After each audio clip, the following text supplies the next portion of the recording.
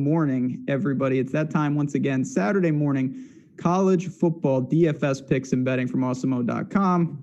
I'm Ben Rasa, here with the man himself, Matt Gajewski. We are ready for week 6. Big Ten is coming, not here yet, but Matt, we got plenty of good games to talk about. Ben, my friend, what is going on? You need to help me not play any hurt players today. So okay, well, that's a challenge in itself. There's a sweat within a sweat when we talk about college football DFS. It's not taking a zero. It's kind of like golf. Like you got your 6 of 6 percentages. Here we got more than 6 of 6. But yeah, not taking a goose egg would be a good start today. Yeah, it's been a lot of in-game stuff too. Basically, I'm trying to jam these Texas receivers. I get Tariq Black. Now, Tariq Black has been demoted. And then Joshua Moore last week. It's a femoral contusion. He is only out there for about 27 or so, 30% of the snaps, and he's out 4 targets on that share. So I thought I was in for a really good day. Turns out, wasn't to be. Yeah, I once again bet Kentucky. They missed an extra point in overtime, as they do. They had a guy celebrate running for a touchdown. He got tackled at the 1, and then he fumbled. You should lose your scholarship for that. So there's a lot of things to talk about. We got a lot of hype in this chat about Miami. We're certainly going to talk a little about that. But let's get things started. We got 12 games on this main slate. We don't start with the best one, but we'll start with South Carolina and Vandy. Two doormats, I guess you could say, of the SEC. Not a ton there. South Carolina, 13.5 point favorite. Total of 41, which just shows you what people think about Vanderbilt. You can start it. I'm assuming Shi Smith is going to be someone that you're interested in. Yeah, how ridiculous is Shi Smith? He reminds me of like Rondale Moore from 2 years ago, where Rondale Moore was like a lock to get 15 targets, and then he had like 25 target upside. College football's a little different, where sometimes you do get these guys that just literally could see 20 targets in a game. Shi Smith is one of them. He has 15 and 18 targets in back-to-back games. And I think just because of that, he needs to be considered on a weekly basis. You mentioned the downside. It's basically just game environment. But however South Carolina wants to get it done, Vandy's not going to be able to stop them. Do you look to Colin Hill at all? He's not going to give you, I think it's pretty safe to say, he's not going to give you anything in the running game. But he does throw the ball quite a good amount, and you compare him up, obviously, with Smith. Or is it just kind of ISOing a guy here or there in a game with a low total? I think it is isolating one of the plays here, probably either whether Shi Smith or Kevin Harris, who we'll get to. With Colin Hill, you mentioned it. He needs the 300-yard bonus to be a consideration in tournaments right now. And with them projected to really just pound Vandy, I don't see it happening. Anything else honestly, I could say anything else from the whole game, because I'll just make this quick on Vanderbilt. Do you have any interest in targeting a team with like basically a minimal point team total here? Draftkings did a good job pricing Javion Marlowe and Jamari Wakefield. And we have really, really bad running backs today. It's like one of the worst running back slates I think I can ever remember. So I think they're in play. They're both going to see like 12 to 15 opportunities, because Vandy's going to run the ball. They're one of these teams like Boston College last year, where they could be losing by like 45 points, but it's going to be 3 plays, 3 straight runs right into the back of the offensive lineman, get them off the field. So Vandy is going to do that. And we should touch on Kevin Harris quickly for South Carolina. He's one of the better running back plays on this slate. He outcarried Fenwick 22-6 last week after only outcarrying him 13-6. He's fully moved into the starting role here, and it's just a smash spot for him. I think you can look to Kevin Harris in a weak running back slate. 6,700, yeah, not bad. And this is a weird, we'll certainly talk about a little lineup construction. I found a lot of plays that I'm interested in, but when I tried to piece it together, it didn't really work. So we're going to have to find some things. Yeah, story of my life. But we're going to keep it moving because we got a lot of big games, and I do want to get Chad will probably have some questions for you at the end so we can get rid of Vandy. This one we certainly can't gloss over. Normally, this would be like a marquee game. Instead, it's probably to see if Oklahoma could become bowl eligible at the end of the year. They take on Texas. Just a massive point total here for both these teams. Competitive spread. You could start with the Longhorns. Ellinger, of course, is going to be in play. You mentioned the receivers. So my first question is one of these guys emerging, whether it's Smith or Moore or whatnot, and how do you approach a game like this? I think Moore is pretty clearly the wide receiver 1 still. Jake Smith's return, it definitely hurts that, but we still haven't really seen them play on the field together. Joshua Moore got hurt last week. That was right when Jake Smith got healthy. Jake Smith, of course, has the big game. He participated in 80% of Texas routes, and he's going to play in the slot. That's a role that Sam Ellinger likes to target. We know Devin Duvernay had over 100 catches in that role last year. I think they'll have similar volume today, and just based on the pricing, that makes Jake Smith a better value. He's over $2K cheaper than Joshua Moore, but I think you can play either of them. I'm not sure you're playing them both just because Texas will rotate wide receivers a lot. Brennan Eagles is someone that should play about like 60 to 70% of the snaps, and then everyone else is going to be like a 30% snap guy like Tariq Black, Alvontre Woodard, Jordan Whittington is expected to be back today. They all mix in. Yeah, this is just a weird team. Obviously, Texas is coming off another disappointing loss as well. They got a 35-team total. I'll tell you, coming into the year, I thought Keontae Ingram was going to be a monster. And now he's just part of a pretty bad triple-headed monster. And it's hard for him to get there when he's getting, maybe 15 touches. Do you see anything changing there at 5,300? I'm not really that interested. You didn't foresee them taking converted quarterback Roschon Johnson and giving him 15 carries a game? I missed that. It was not on the bingo card when I drew this up. I didn't think it was going to happen either, but you mentioned it. These guys need to score touchdowns and probably multiple of them to get into your lineup. There's just not going to be a ton of carry volume for them. Roschon at 4,800, I think, is probably in play just due to the weakness of the position. But again, he needs to score for you. You just like the price on Roschon and the team total. Yeah, and in terms of betting, I do not have a play on this game. If I had to, I'd probably lean Oklahoma, but man, ugly game. And then on the other side, a team, listen, we know the talent, and I'm a pretty big Spencer Rattler guy. He's looked all right. Start with him and then work around to what do you make of a team like Oklahoma who has just been abysmal this year? They're bad defense, and it's one of the worst defenses in the country. It's really nice for DFS because Spencer Rattler continually has to throw. They're really reliant on him in order to get anything going and keep them in games. He doesn't offer you the same kind of upside, even as a guy like Ellinger with his legs. But that's okay. He's almost a lock to hit the 300-yard bonus on a weekly basis just due to volume. And in Texas, their defense looks a little bit improved, but they allowed over 300 yards to Alan Bowman, 230 to Dugan, and Dugan completed almost 70% of his passes. They weren't really using him too much in the pass game. This is an interesting spot for receivers, I think. I think DraftKings got the pricing wrong on a lot of them. Charleston Rambo, I think he's the clear wide receiver one, 17% target share, back-to-back 7-target games. That's fine. But then you look at a guy like Marvin Mims, he's 6,200, and he has seen some target volume. He has 15 targets on the year, but he hasn't eclipsed 28% of Oklahoma's routes run in back-to-back games. And then you get a guy like Theo Wease, who hasn't seen as many targets, just 3 less for him. He's been participating in 70% of Oklahoma's routes, and he's 4,200, 2K less. I think it's a pretty clear price play to just go down to Wease and ignore Marvin Mims.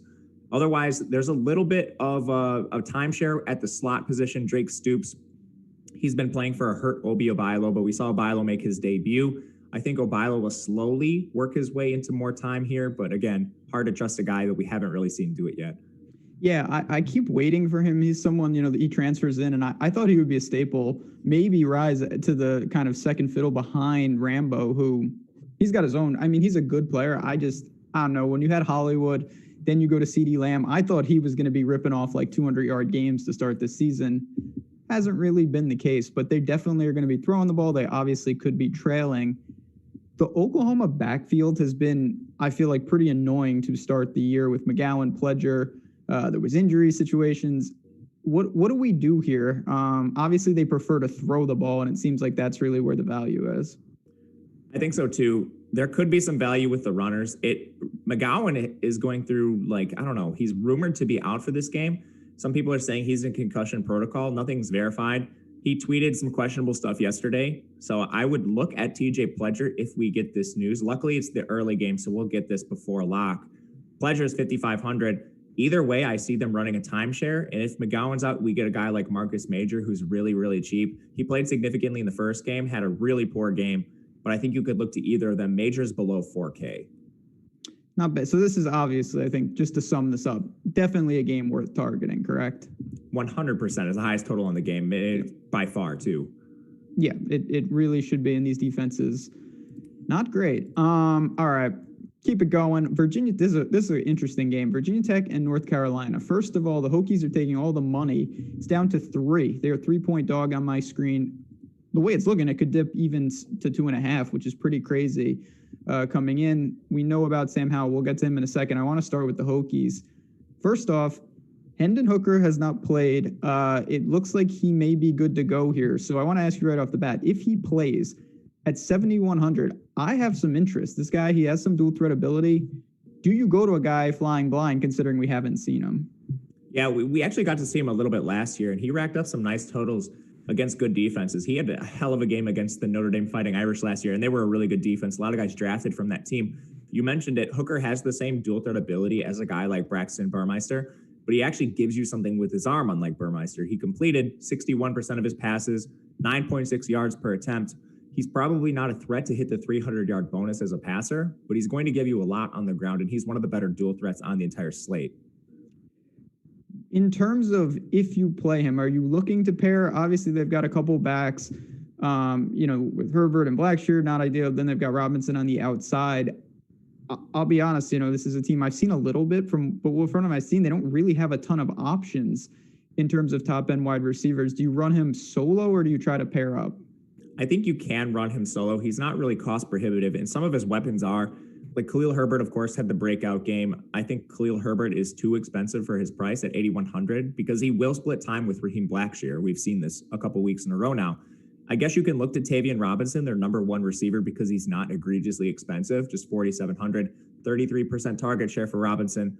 Part of the problem is Virginia Tech doesn't get off a lot of plays, and they particularly don't get off a lot of plays in the pass game. That 33% target share is just 13 targets through 2 games. So you're not going to see a ton of volume here. I'd rather bank on Hooker with his legs and play him just as a naked. But I guess if you want to stack it, you think the game shoots out, you could look to Robinson. Yeah, I mean, they're using their tight end quite a bit with Mitchell, and I'm not really there. He's found a touchdown in both games, and that's propped up, which is, only a handful of receptions. So don't mind running Hooker by himself. We'll have to wait and see. Obviously, make sure he's good to go if you are going there. On the other side, a lot of hype around this team. They're finally going to be tested. Sam Howell's amazing. We know that $7K seems very reasonable. He's got weapons on the outside, same guys we talk about. I assume this is a pretty easy stack too if you want to go there. It's a very easy stack. They've disappointed to start the year, especially the pass game, and it's let their prices come down. So now you don't even have to pay a premium for Sam Howell and his pass catchers. Sam Howell, he already, I think, is a pretty strong bet for the 300-yard bonus. He beat that mark 6 times last year. Not going to offer a ton on the ground, but he's not a zero like some other passers we'll talk about. And then we get to the pass catchers. Diamy Brown, he's been electric to start the year, picking up right where he left off. He had over 1,000 yards last year. He's out-targeted Newsome 17-6 to start the year. So I think Brown's the favorite. He's only 200 more than Newsome, which is really confusing to me because Daz Newsome, another guy who had 1,000 yards for UNC last year, he's basically been a ghost on the field. And I'm not sure why. I dug into the routes a little bit. He is running a route on almost all of the dropbacks, same as Diamy Brown. It's exactly what they were doing last year. For whatever reason, Newsome just hasn't seen the targets through 2 games.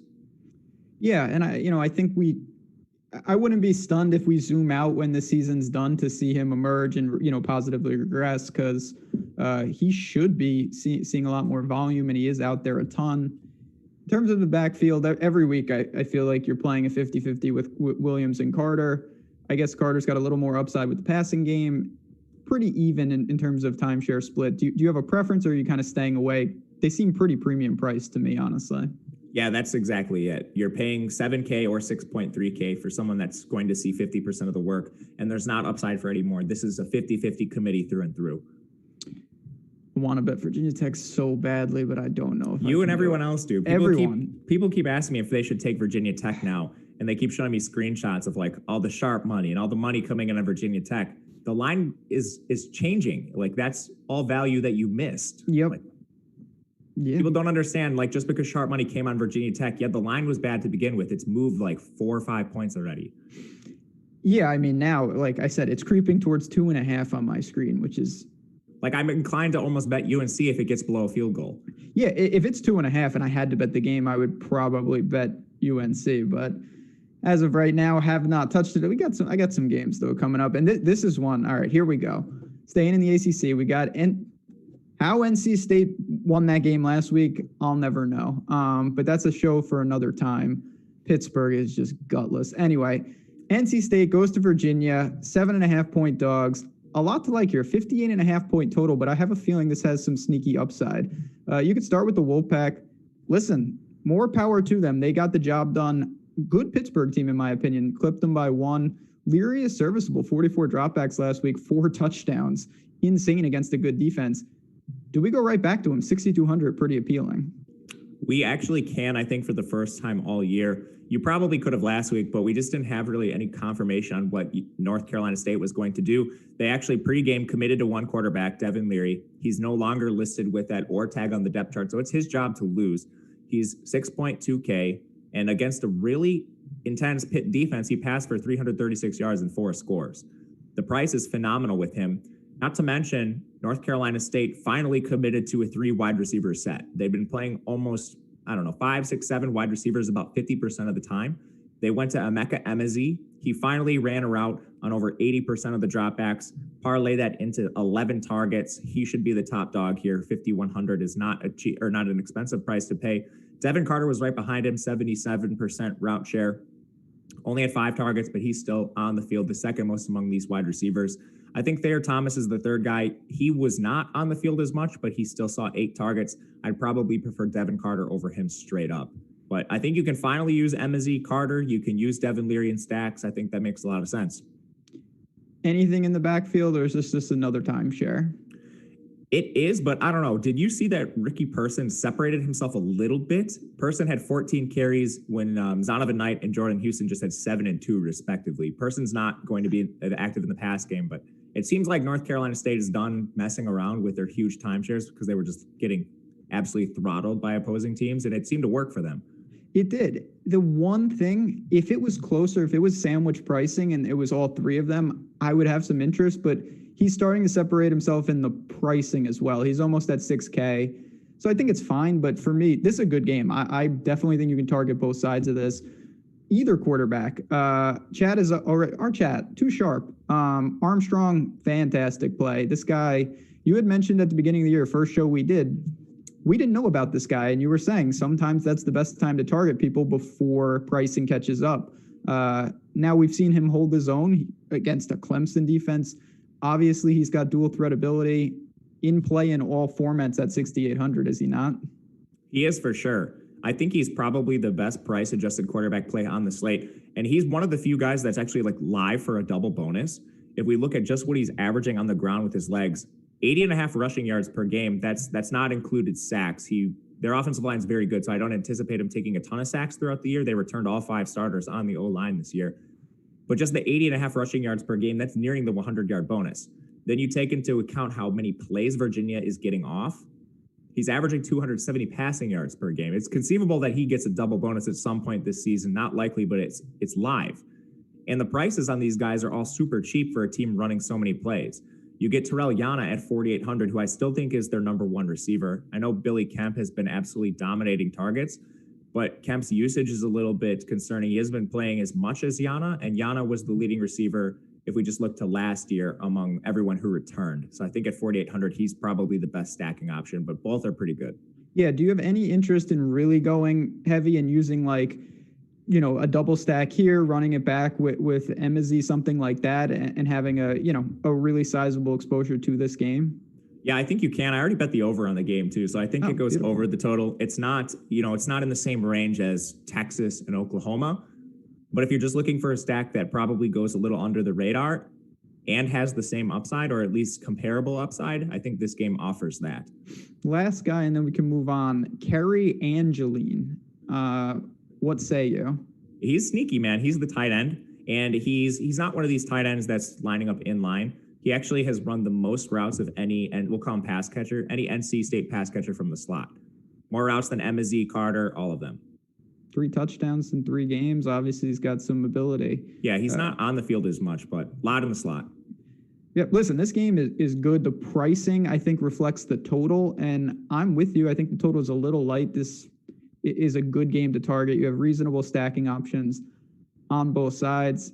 Tough game to bet. I like I said, I was on Pittsburgh last week. I didn't think NC State was any good, and I don't know. It's interesting. There's a lot of questions on these teams, but from a DFS standpoint, look to this game. All right, here we go.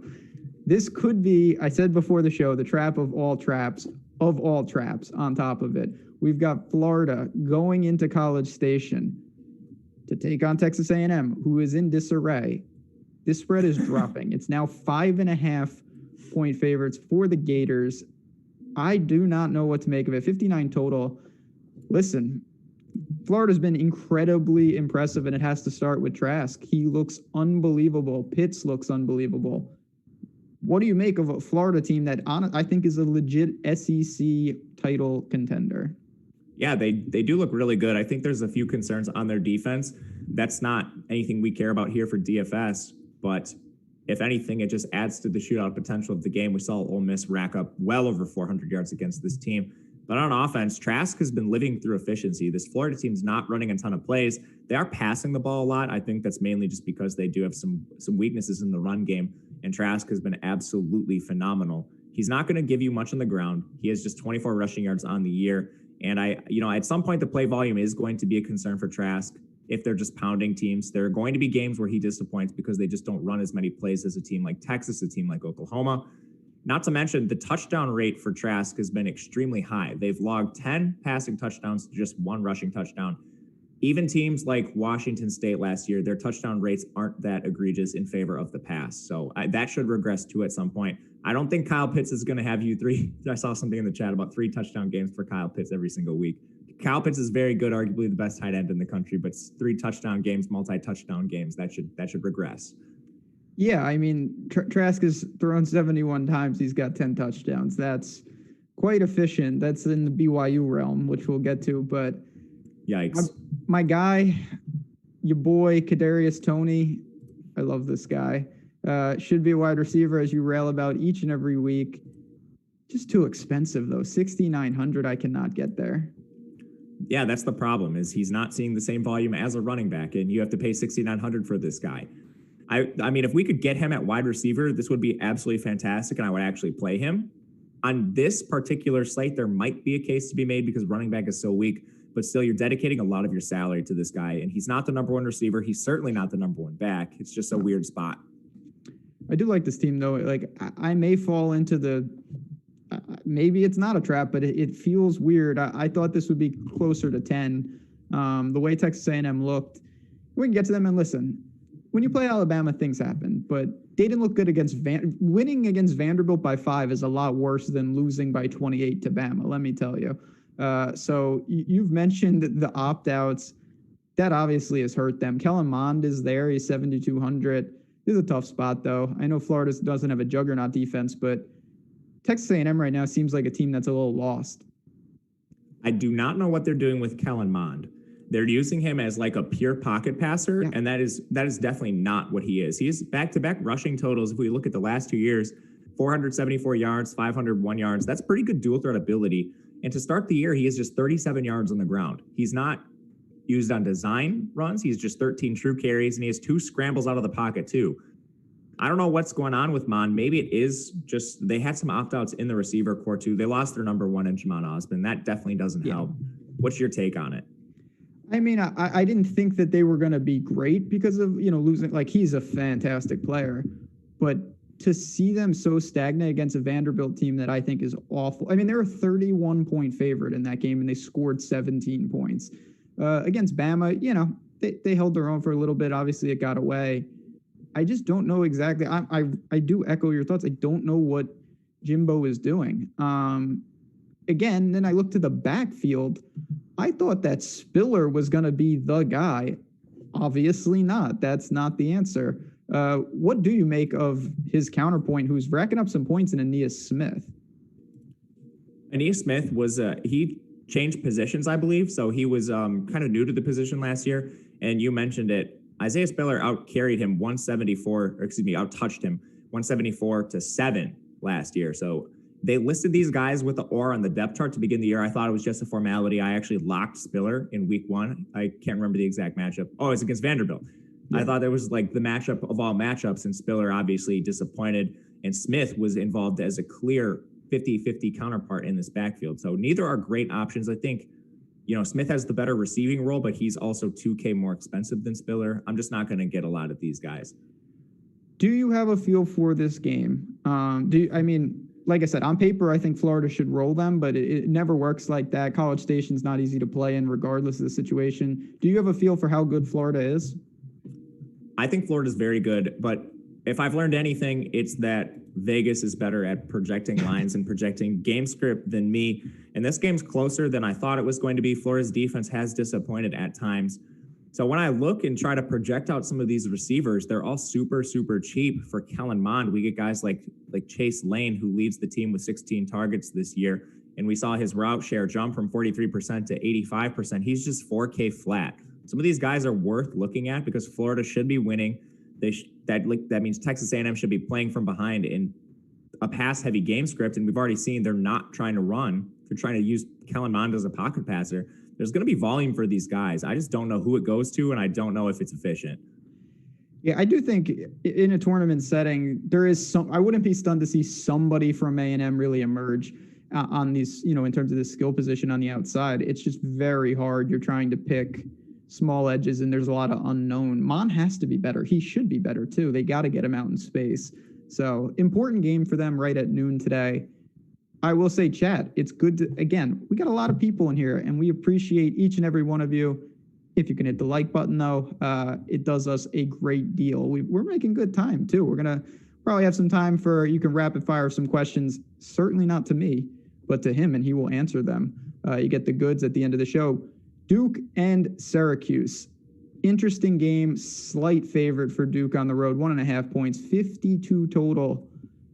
I don't know what to make of Duke. I thought they'd be a little better. Bryce has been okay, the transfer from Clemson.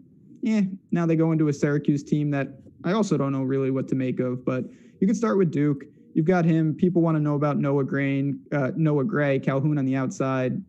Not a team that really stands out to me. Yeah, these are two of the worst offensive lines in college football. Maybe Duke's offensive line isn't quite as bad, but Chase Bryce is some of the worst pocket awareness I think I've ever seen. He's taken 15 sacks already. And this is a guy that actually does have some sneaky dual threat upside. He doesn't rush like, Kyler Murray, anything like that, but he's more of your Sam Ehlinger type rusher where he will, take off and scramble more than anything, but it's all mitigated by these sacks he's taking. It's just negating everything he's done, and he's down to negative 21 rushing yards on the year. You can't stack Bryce because of the absolutely atrocious wide receiver rotation. Chat is on it. Noah Gray is probably the leading pass catcher here. He has a 17% target share, but he only has a route rate of 58%. And that's basically the story with all of these Duke receivers. Even a guy like Jalen Calhoun, who I thought was pretty clearly the number one wide receiver, his route rate dropped to 42% last week. So they're just rotating everyone. To my knowledge, there weren't any injuries. It's just a fluid situation that's very hard to predict. It's weird. And Duke's a team, we've seen a lot of them, and they're 0-4, but you look at their games, Notre Dame, Boston College, Virginia, and Virginia Tech. I don't know how many wins are really in there for this team. So it's not to say that they're an awful team. They're just not really doing much, and they don't inspire a ton of confidence. I've looked to the Duke stack here and there, and it really hasn't materialized.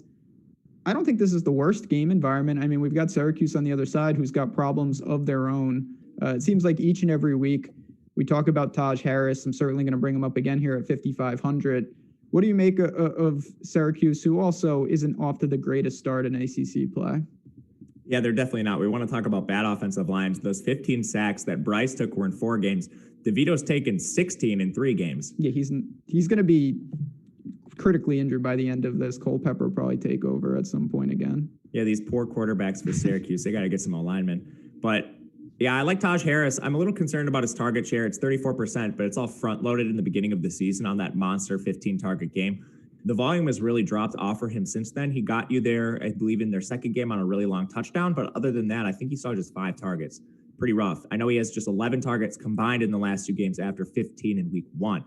We saw a little bit of a narrowing in the wide receiver room here as well. Anthony Quealy is a very vanilla receiver, but he has not really left the field. So maybe you could look to him 3,600. But I was pretty excited about what Nykeem Johnson did, previously splitting time with Courtney Jackson. But he finally separated himself, ran around at 82% of Syracuse's dropbacks in their most recent game. I think you can look to Johnson at 4K because the price difference between Taj Harris and Johnson, 1,500 there, I don't think it really reflects the target share we've seen in recent weeks. People still thinking Taj at least is this target monster, but he's only really done that in 1 week. The one thing for Syracuse, like I said, it's been a rough season so far, but they may have found something in the backfield with Sean Tucker. He came out of nowhere last week. Now keep in mind, they won the game in a perfect game script for him. They won by 17 against Georgia Tech. 24 carries, though, $112 on the ground.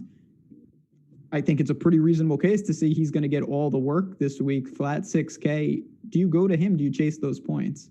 Yeah, I think you absolutely can. Jawhar Jordan was just so bad to start the year. I'm glad they finally moved away from him and went to Sean Tucker. Jawhar Jordan still out-targeted him, so if we see negative game script, I'm concerned this could be more of a 50-50 timeshare. But the spreads here is really close, and I think it's conceivable that Syracuse wins this game. He could be in for another pretty nice game script if Syracuse can get out to a lead. I know Duke is technically the favorite, but I don't know. How much confidence do you have in that spread? No, I mean, listen, the team, they're 0-4. So, and like I said, it hasn't been the easiest opponents, but they certainly don't look great. If you told me Syracuse won this game going away, and listen, I'm not going to play the transitive property game, but I will a little bit. Georgia Tech looked good last night. They beat Louisville, so that win against them for Syracuse looks a little more impressive. 17 points, and Jeff Sims rebounded himself after a horrible game against that. That's neither here nor there. All right, 6 up. We got 6 more. This is a good one. Interesting game, Chad. I want your thoughts on this one. Tennessee, 12-point dogs going into Georgia. Maybe every year it feels like Tennessee's about to restore order, and then they get to this spot and bad things happen. But they do have some positives going for them. One, they have a super offensive line, and that is always a positive. They've got a stable of running backs. They've got a serviceable QB. I like this team quite a bit in life, but what I don't like is a 42.5 game total. Tough sell for me in DFS. Yeah, DFS, it's not too interesting. Tennessee hasn't actually blocked that well for having so many of these like premier prospects, and they have the 5-star Cade Mays. The transfer got cleared, so he'll be there too. I think that regresses, but you mentioned it, and then we look at the weapons. Jarrett Garantano, he's a game manager. Nothing really exciting there for him. Tennessee's offense is very, very low volume. He's averaging 27 pass attempts per game, and that's just flat out not going to get you in any sort of setting.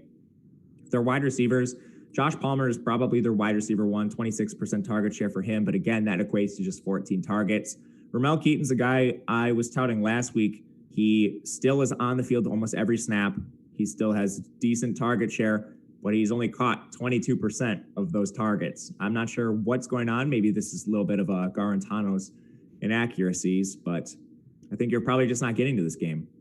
No, not really. And then, so on the other side, I legitimately don't know the answer to this. Who will be under center for Georgia? I don't think we have a clear indication. So JT Daniels is medically cleared. He was medically cleared last week too. I was listening to a Kirby Smart interview, and he was talking about the situation, and Georgia had some guys get drafted on the offensive line. They only returned 2 full-time starters. So Kirby Smart was basically saying that he didn't trust the mobility on JT Daniels' surgically repaired knee behind an offensive line that was still gelling. So he decided to go with Stetson Bennett. It seems like Stetson Bennett's going to get the nod here. What Stetson Bennett's leash is, I think, is questionable. I think we could see him pulled at any point in the game if he struggles. So it's going to be a tough situation to target. Yeah, not worth targeting. Listen, his job is to not turn the ball over, because what Georgia always does, they've got guys on guys. Zamir White, certainly the bell cow right now. Like the floor, I think 20 touches is more than reasonable. I'm not going to give you really anything in the receiving game, maybe a couple here and there. Cook is questionable. I don't really know what the status is, but either way, I think Zamir White takes the lion's share here. Classic college football. You're just going to have to wait on most of these guys. You're going to have to go through Twitter, look up the beat reporters, try to figure out if they're on the field in pregame warmups, and then cross your fingers and hope they actually play. I think this is just a random question for chat, but one I think a lot of people would know, and you are so great at this on Twitter. Do you have a site out there for college football injuries, or do you just use kind of Twitter on the whole? I think Twitter's the best. The USA Today has something. There is a Twitter account. I'm going to pull up his Twitter. He's not official or anything. He just tweets random reports he finds and gives his take. It's at FBS Fantasy Foot, like just foot as in feet. Like the body part. The body part, FBS Fantasy Foot. He's a good follow. A lot of it's unverified, so take that for what it's worth. Also likes to give his own personal spin. He's not a beat reporter. He's just a guy, but does aggregate all of the injury reports. So it's semi-reputable. Good. And that's why you should follow both of us. Not that we're going to give you, Matt is certainly on top of it, and I'm on top of. I'm also things. Not a beat reporter. I play guys that are hurt all the time. You are, yeah, I mean, my string of taking zeros is unparalleled, it feels like, but we do the best we can. Sometimes you just have to roll the dice, and if stuff happens in the game, got to live with it. We got to give a plug to, I'm pretty sure you're a big fanboy of George Pickens. Every time you talk about him, you get pretty excited. It's not the best offense for him, but at the same time, 5,500, you got to like that. Yeah, also not the best game environment for Pickens. I think his price is egregious. DraftKings has just fully adjusted to like viewing Kearis Jackson as their number one. And Kearis Jackson has been fantastic. He has 20 targets through 2 games. Pickens, his targets are just a fraction of that, but Pickens is still on the field for almost all of the routes. He's the freshman breakout, led the team in receiving last year. I think this guy gets drafted one day. At the same price, I'm just going to take Pickens. The problem is I'm probably not getting a ton of the Georgia pass game. And for obvious reasons. Good game in life. Want to see what Tennessee is made of. Ultimately, I think Florida controls the North. Maybe, it's the same story. Them and Georgia will battle for the North. Maybe I'll be wrong. We'll find out today. Next game, Texas Tech, Iowa State, Big 12, 64.5. Cyclones 12-point favorite at home. Bowman questionable, looked really bad, not apparently that bad. I guess the first question is, what do you make of Texas Tech? And then talk about contingency plans, because if he doesn't play, I still think that his pass catchers, they don't take a huge hit. This offense can kind of flow with regardless who's under center. Yeah, what you like about this Texas Tech offense is they're not really living through efficiency. They're living off pure volume, and the volume will be there regardless. Henry Colombi comes in last week, and he throws 40 times. Their backup quarterback, he only amassed 246 yards passing. But even if you get checkdowns to these wide receivers, they're priced in a range where you can just rack up easy catches. They like to throw a lot of underneath stuff to their receivers, especially in cash games. That's still going to get you there. And I think if you want to play Bowman, he's going to come in with no ownership, and you have a direct contingency plan in Colombi, who's, I think, at least serviceable. And what he doesn't offer you on the ground, he kind of makes up for with his legs. He had 40 rushing yards last week, a lot of that coming off scrambles, but it's at least worth mentioning. Yeah, I don't mind it. But the problem for Texas Tech is there's so many guys in terms of who can catch balls here. And then you add in the running back situation, which is a little difficult with Thompson and White. I mean, how do you prioritize the skill position players for a team like this? I think one guy's extremely mispriced. If we want to start with the runners, so Roderick was the bell cow to start the year, but they had a guy, Xavier White, who was listed as the backup immediately to start the year. He was hurt. He missed the first, maybe he appeared in the second game, but he missed the first game entirely, and I think they eased him back into action, if I'm not mistaken, in week 2.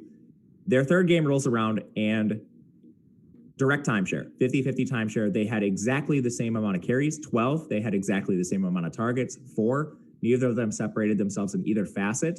So if you're going to play one, I think it has to be Xavier White, just based on price alone. I wish they would stay with Sir Roderick. He did look explosive in the first 2 games, but I just don't think we're going to see it from him. And keep in mind, so that game where Xavier White in their last game was against Kansas State, who is one of the worst teams to face because they're very methodical. I could see this being a little more higher paced. Good spot, 5,200. It's a weak position, as you've pointed out throughout the show. On the other side, I don't know what to make of this team. First show, Louisiana Lafayette knocks off Iowa State. They rebound and win a game against TCU.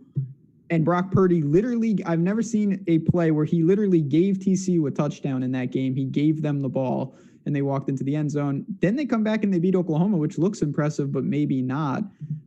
I am a sucker for Brock Purdy. You pointed out in your article, which is free on the site, best in the business. Go check that out. Brock Purdy is not moving as much, nearly as much. He used to be a true dual threat. Is that just variance over the first 3 games, or is this a new offense where he's going to be limited on the ground? It's not a new offense. They have the same offensive coordinator and the same coaching staff. I actually wanted to pose this question to you as well. That's why I asked you first. They're running the ball more overall. Their pass rates dropped about 8% from last year. They weren't a fast team to begin with. Last year, they were running about 70 plays, right around 69. This year, they're down at just 61. And it's not like they had one fluky game with low play volume. All of their games have been in this range. So I'm not really sure what Iowa State is doing. Of course, they have Bryce Hall, and they're just riding Bryce Hall as hard as they possibly can, who's averaging over 100 rushing yards per game. I think he's the best play in this game. But I don't know. We have a long sample of Brock Purdy being a serviceable quarterback. I thought he was a guy that actually maybe had some like dark horse NFL potential if he could take a step forward this year. He certainly hasn't. But we've seen big games out of him. Are you interested at all? I am. Now again, I'm a sucker for him. I like the way he plays. He makes some mistakes, but he's the type of guy, ceiling type performances. And to me, you got easy pairings. So listen, we can get Bryce all the way. He's fantastic. 30 touches, certainly in the cards. 8,600 is expensive, but he's found the end zone 6 times in 3 games. He's great. The JUCO transfer, who we didn't know a lot about, I think is emerging in Hutchinson. I don't mind pairing him with Purdy, but the guy that we know, I think is the lead, is their tight end. They utilize him a lot. Talk about Charlie Kohler. Yeah, Charlie Kohler missed week 1. That was the game that Xavier Hutchinson had his Big 12 target performance. I think we can draw at least a little bit from that. Charlie Kohler's been a guy that Brock Purdy's looked to over the last 2 seasons. His route rate rose from 62% to 74%. I think that just speaks to Kohler getting healthier. He's seen 8 and 7 targets. It's not huge target volume, but it's pretty bankable, and he should be in that range on a week-to-week basis. He's 4K flat, and we have a lot of value in this 4K range today. I think he's one of the best plays you can look to down there. Anything else for Iowa State today? Like I said, I think it's a pretty interesting game. Similar to Virginia, NC State, this is a game that I think you could sneakily target if you want to get away from Oklahoma, Texas in some capacity. I think you should stay away from the ancillary pass catchers for Iowa State. They run 12 personnel at one of the highest rates in college football. So you're not seeing 3 wide receiver sets a lot. They run a ton of 2 tight ends. I would look to just Kohler and Hutchinson. We should probably touch on the Texas Tech receivers before we move on quick. I think I skipped this. They moved to a pretty wicked rotation last week, and it was really gross. The only guy that stayed on the field for 75+% of the routes was Eric Ezukanma. He's 4,900, significantly cheaper than a guy like Keyshawn Carter. So I think Eric Ezukanma has to be the preferred play based on target volume and his role within the offense. He's never really wavered in his role. A guy like Keyshawn Carter has been splitting time the entire year. Keyshawn Carter has been extremely efficient. He's deserving of a full-time role, but he's just not getting it. He split time with Dalton Rigdon. Last week, I thought it was going to be the Keyshawn Carter show. Dalton Rigdon was out. They split him immediately with Miles Price. He's just going to run 50% of the routes no matter what, it seems. And Vasher, he worked his way into a timeshare as well. After running a route on nearly 80% of the dropbacks, he dropped down to 61%. Everyone outside of Ezukanma is just rotating. That was shocking. Yeah, Vasher, I saw that, and that surprised me, and that makes it tough. Still worth stacking. You can take some shots, but you got to know that the floor is not that secure. Really quick, I just want to drop back for a second. McGowan has been ruled out with a concussion. What does that change? Does that change anything for you in terms of the backfield for Oklahoma? Does Pledger or Major become like a top end player or just increase a little bit? I think they're both outside cash considerations. They're going to split time still. They're favored in the game. I don't feel confident that they should be, but they're going to see, I think Major, they were really disappointed in. I think you probably see something like a 60-40 timeshare, maybe a 70-30 timeshare, something in that range with Pledger leading the way. But I think that puts Marcus Major in play as well because he's so cheap. He's sub 4K. So you, in GPPs in particular, just think if it's, Major that falls in the end zone with those touchdowns, how many carries, he needs 1 touchdown really to pay off his salary. Yeah, in a game with, they're going to be touchdowns up for grabs. So, I'm in line with that. I don't think there's no plug-in plays, but you certainly could do worse if you want to go there. All right, moving on. We got 4 left, but it's really kind of 3 left because the old Roadrunners made the slate. That's a rare one. Probably the only time we'll ever discuss this team. 35-point dogs against BYU, who maybe BYU is just amazing. I don't know. I don't know what to make. So Frank Harris is their quarterback. He's a little banged up as well. Normally, I'd say this guy can really move, but when you take about 15 sacks, which he probably will today, it's going to be tough. Do you have anything to say on UTSA side? Like some of these other bad teams in college football, they're going to run Sincere McCormick 20 times, no matter what, even when they're losing by 35 points. He's not going to be efficient, but he's seen at least 19 carries in every game this year. I don't know. Probably not a consideration at his price, but at least worth mentioning. He's going to see 20 carries, probably unless he gets an injury. You already know that I complained about this, but Zach Wilson just racks up dangerous amounts of yards on dangerously low passing attempts. He's been ungodly efficient. That will come down. I just don't know if it'll come down here. He's the most expensive quarterback on the slate. Most expensive player on the slate, obviously. What do you do with a team that we know is going to score, but at the same time, they're 35-point favorites?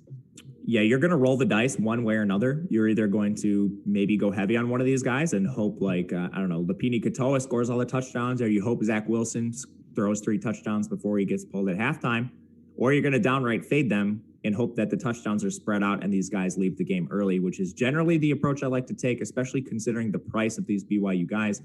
Zach Wilson at 9,500 is an absolutely egregious price.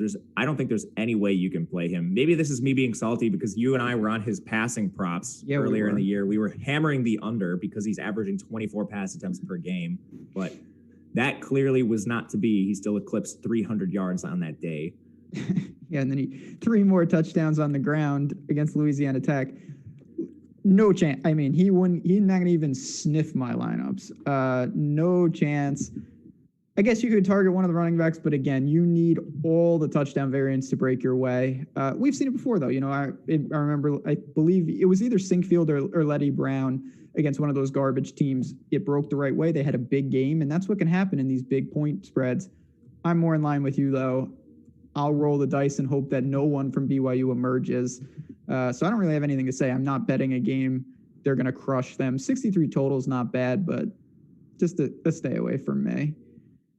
All right, here we go. God, these teams are just Arkansas. Who knows what they are, but they are on the slate. So we got to talk about them. 2 touchdown dogs to Auburn, who, Georgia's very good, and Auburn was exposed a little bit. They had a lot of losses on the defensive side, and it showed.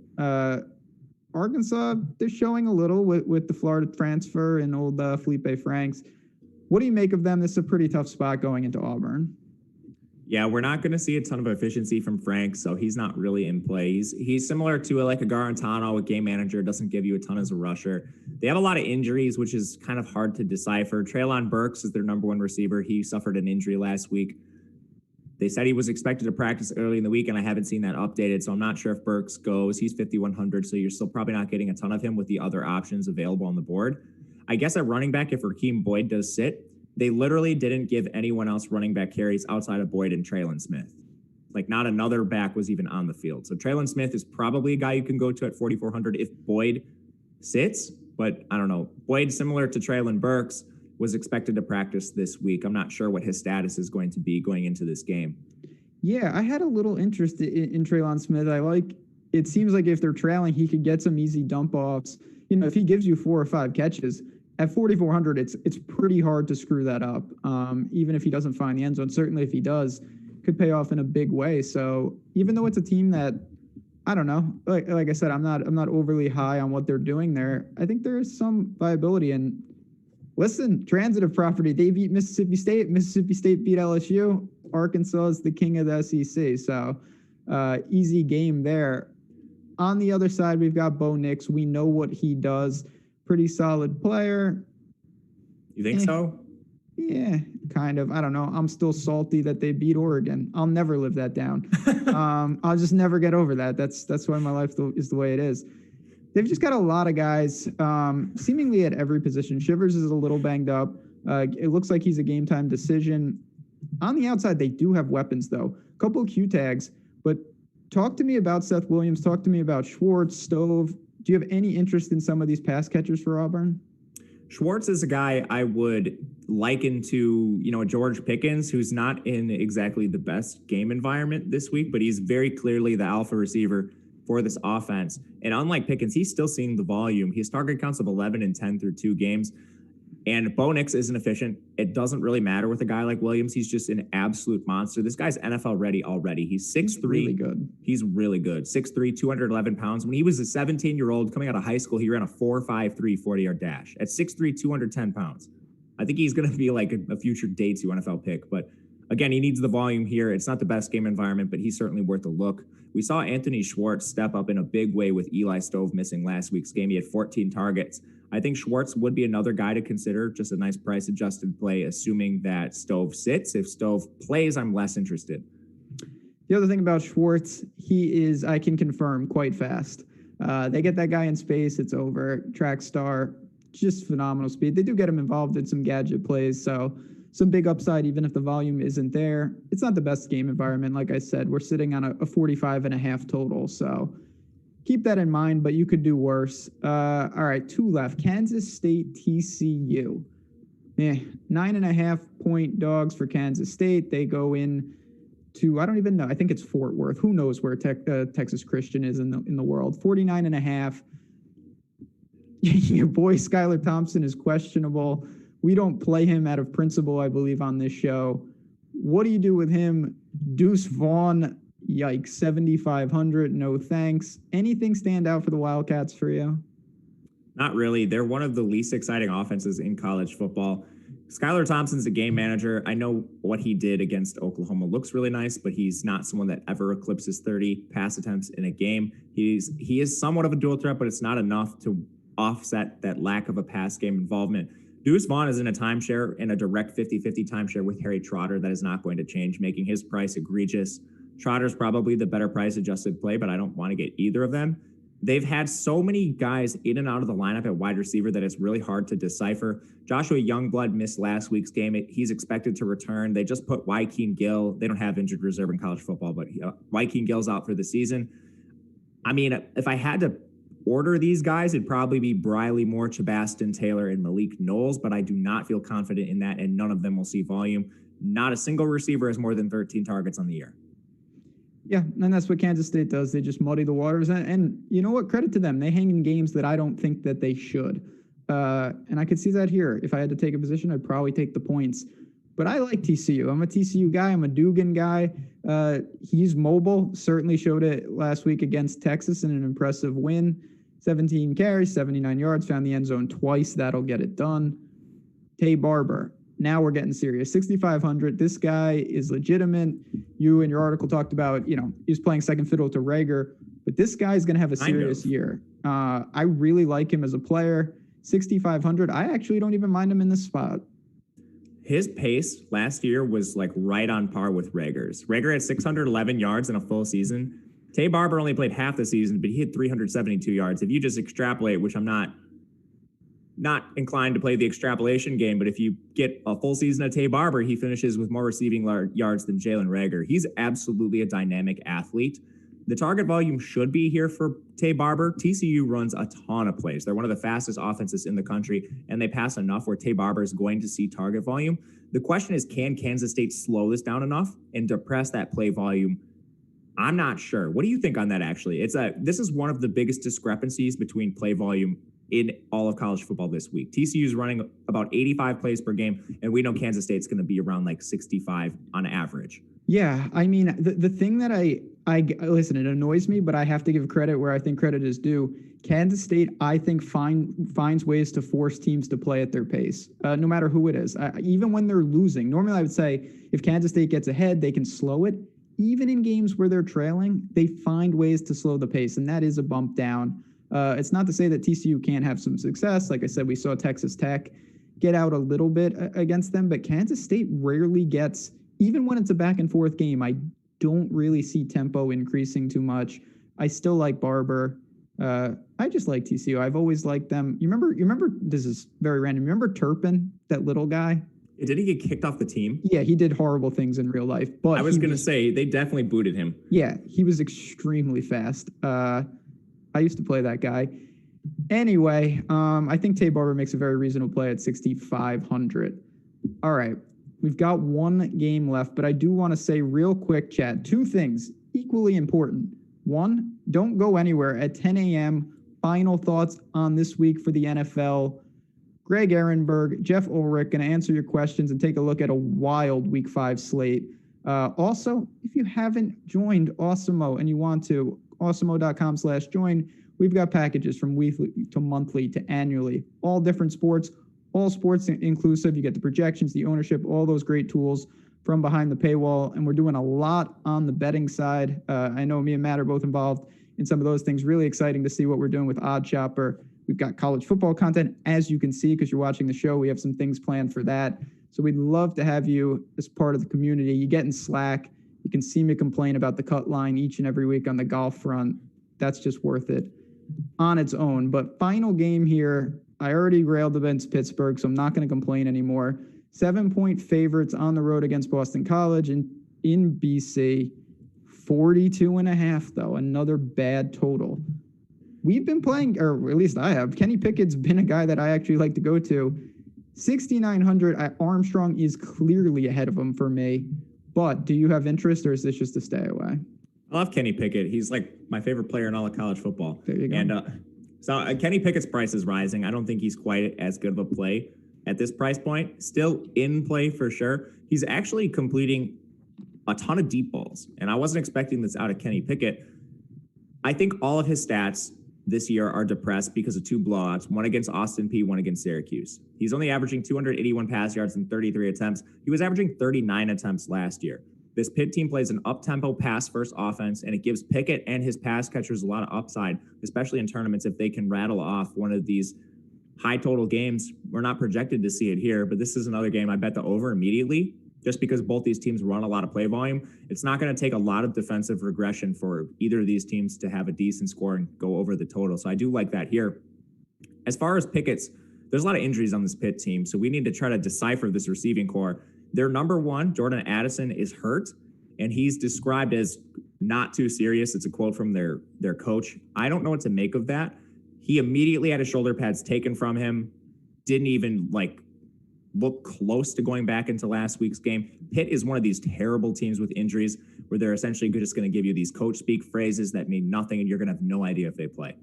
You'll have to watch Addison pregame, but man, he's a big injury to target. Who do you think steps up if he's out? Oh, I mean, I was considering playing Tavian Mack even when he wasn't playing. So now that he's in the lineup, oh yeah, I will go right there. 6 for 76 last week. They did lose that game, but I like him. And it's true. This coach speak, I mean, not too serious. We'll go to the sidelines. He'll be missing an arm, and it's just like, well, I guess he's not playing. You gotta really try to keep an eye out on Twitter because you can't listen to what these coaches say. I will say though, 5,300 for Tavian Mack. I really like that spot, even in a game. And it's true. You've described this several times. BC stereotypically only runs the ball and they slow the clock. That is not what they are doing this year at all. Before we move to their side, though, I do want to quickly I'm going to make you talk about the Davises in the backfield and then the guy with the long name. What do you make of this? Talk about inefficient last week. Vincent Davis, not too great. 15 carries for 40 yards in the loss. Yeah, considering I locked him into 90% of my lineups, that was a pretty rough scene. I think he's a little bit dependent on the injuries. We mentioned Addison being injured. They lost A.J. Davis.